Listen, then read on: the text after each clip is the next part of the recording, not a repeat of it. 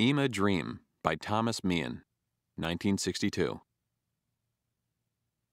In this dream, which I have had on the night of the full moon for the past 3 months, I'm giving a cocktail party in honor of Yma Sumac, the Peruvian singer.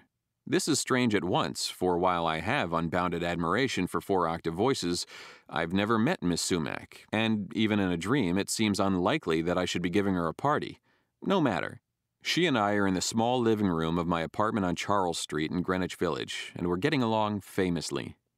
I have told her several of my Swedish dialect stories, and she has reciprocated by singing for me in Quechua, a medley of Andean folk songs. Other guests are expected momentarily. I have no idea, however, who any of them will be. Miss Sumac is wearing a blue ball gown, and I am in white tie and tails. Obviously, despite the somewhat unfashionable neighborhood and the cramped quarters of my apartment, it is to be a pretty swell affair. In any case, I've spread several dishes of Fritos about the room, and on what is normally my typing table, there is a bowl of hot glug. The doorbell rings. A guest. I go to the door, and there, to my astonished delight, is Ava Gardner. This is going to be a bit of all right, I think. "Tom, darling," she says, embracing me warmly, "how wonderful of you to have asked me." In my waking hours, unfortunately, I have never met Miss Gardner. In my dream, though, my guests seem to know me rather intimately, while, oddly, none of them seem to know each other. Apparently, it is their strong common affection for me that has brought them to Charles Street. For my part, although I immediately recognize each guest as he or she arrives, I have no memory of having ever met any of them, or, for that matter, of having invited them to a party in my apartment. On with the dream, however. "Miss Ava Gardner," I say, "I'd like you to meet Miss Yma Sumac." "Charmed," says Miss Sumac. "Delighted," counters Miss Gardner. "Ah, but Tom," says Miss Sumac with an enchanting laugh which runs up the scale from E above middle C to C above high C, "let us not on this of all occasions be formal. Por favor, introduce each guest only by the first name, so that we may all quickly become, how shall I say, amigos." Typical Peruvian friendliness, I think, and reintroduce the two. "Ava, Yma," I say. We sit around for some time, sipping glug and munching Fritos. Things seem to be going well. The doorbell rings again. The second guest is a man, Abba Ibn, the former Israeli ambassador to the United Nations. Again, I make the introductions, and, bowing to the wishes of the guest of honor, keep things on a first-name basis. "Abba Yma, Abba Ava," I say. I stifle a grin, but neither Miss Sumac nor my 2 other guests see anything amusing in the exchange. We chat, the bell rings again, and I am pleased to find Una O'Neill, Charlie Chaplin's wife, at the door. She is alone. I bring her into the room. "Una Yma, Una Ava, Una Abba," I say. We are standing in a circle now, smiling brightly but not talking much. I sense a slight strain, but the party is young and may yet come to life. The bell again. It is another man, Ugo Betti, the Italian playwright. A bit hurriedly, I introduce him to the circle. "Ugo Yma, Ugo Ava, Ugo Una, Ugo Abba," I say. Miss Sumac gives me an enigmatic glance that I try to interpret. Boredom? Thirst? No, she looks almost irritated. Hastily, I replenish everyone's glass. For some reason, I begin to hope that no other guests have been invited.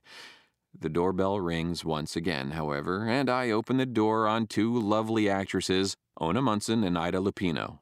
This gives me a happy inspiration for my introductions. "Ona and Ida," I say. "Surely you know Yma and Ava. Ida, Ona, Uda Abba." Damn, it doesn't come out even. "Ida, Ona, Ugo," I finish lamely. I have scarcely given Miss Munson and Miss Lupino their first drinks when I am again summoned to the door.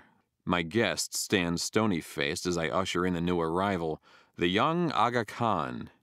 He is looking exceptionally well turned out in a dinner jacket with a plaid cummerbund. Smiling too cheerfully, I introduce him to the waiting group. "Folks," I say, using a word I have always detested, "here's the Aga Khan. You know." But there is silence, so I must continue. "Aga Yma, Ava, Una, Ona Nida, Abba Nugo." The Aga Khan and Mr. Ibn, I notice, take an immediate dislike to each other, and I begin to feel an unmistakable pall descending over my party. I suggest a game of charades. This is met with glacial looks from everyone, including Miss Gardner, whose earlier affection for me has now totally vanished. When the doorbell rings this time, everybody turns and glares at the door. I open it and discover another pair. Ira Wolfert, the novelist, and Ilya Ehrenberg, the Russian novelist. The latter I know is quite a man of the world, so I try a new approach. Ilya, I say, why don't you just introduce yourself and Ira? You know all these lovely people, don't you? Yet, says Mr. Ehrenberg. Can't say that I do. Oh, all right, I say. Ilya, Ira, here's Yma, Eva, Una, Ilya, Ira, Ona, Ida, Abba, Ugo, Aga. I ask Miss Sumac to sing for us. She refuses. We continue with the glug and some hopelessly inane small talk. Mr. Eben and the Aga Khan stand at opposite sides of the room eyeing each other. I begin to wish I'd never given the goddamn party. Ona Munson jostles Ugo Betty's elbow by accident, spilling his drink. I spring forward to put them at their ease, whipping a handkerchief from my pocket. Never mind, I cry, no damage done. Ugo, you go get yourself another drink. I'll just wipe this glug off the, rug. The guests fix me with narrowed eyes. At this moment, Eva Gabor, the Hungarian actress, sweeps through the door which I have cleverly left open. Unaware of the way things are going, she embraces me and turns, beaming to meet the others. Inevitably, I must make the introductions. I start rapidly. Eva, meet Yma and Eva and Una. But then I find that Miss Gabor is pausing to hug each guest in turn, so I am forced to make the remaining introductions separately. Eva, Ona, Eva, Ida, Eva, Ugo, Eva, Abba, Eva, Ilya, Eva, Ira, Eva, Aga. This is a terrible party. All the men have bunched up. We stand in a circle, glowering at one another. I can think of nothing to say. I feel oddly hemmed in, like a man who is about to be stoned to death. Am I late? Asks the actress Uta Hagen gaily as she comes tripping into the room. No, no, I say, gallantly taking her arm and steering her at once toward the punch bowl and away from the others. Please have the common decency to introduce your guests to one another, says Miss Sumac in a cold monotone, and in the proper manner. In the dream, Yma Sumac seems to have some kind of hold over me, and I must do as she wishes. Okay, I snap crossly. Uda, Yma, Uda, Eva, Uda, Una, Uda, Ona, Uda, Ida, Uda, Ugo, Uda, Abba, Uda, Ilya, Uda, Ira, Uda, Aga, Uda, Eva. I turn to see if this has placated Miss Sumac, but she coldly ignores me. I've begun to hate her. Then I discover that the glug has run out, and I am forced to offer my guests rye and 7-Up. In the hope that no further company will arrive, I silently close the door. The bell rings instantly, however, and I feel a chill run down my spine. I pretend not to hear it. Answer the door, Miss Sumac says peremptorily. My circle of guests moves menacingly toward me. With a plummeting heart, I open the door. Standing before me, in immaculate evening dress, is a sturdy, distinguished-looking man. He is the Polish concert pianist, Mieczysław Horzowski. Come in, Mieczysław, I cry with tears in my eyes. I've never been so glad to see anyone in my whole life. And here always, my dream ends.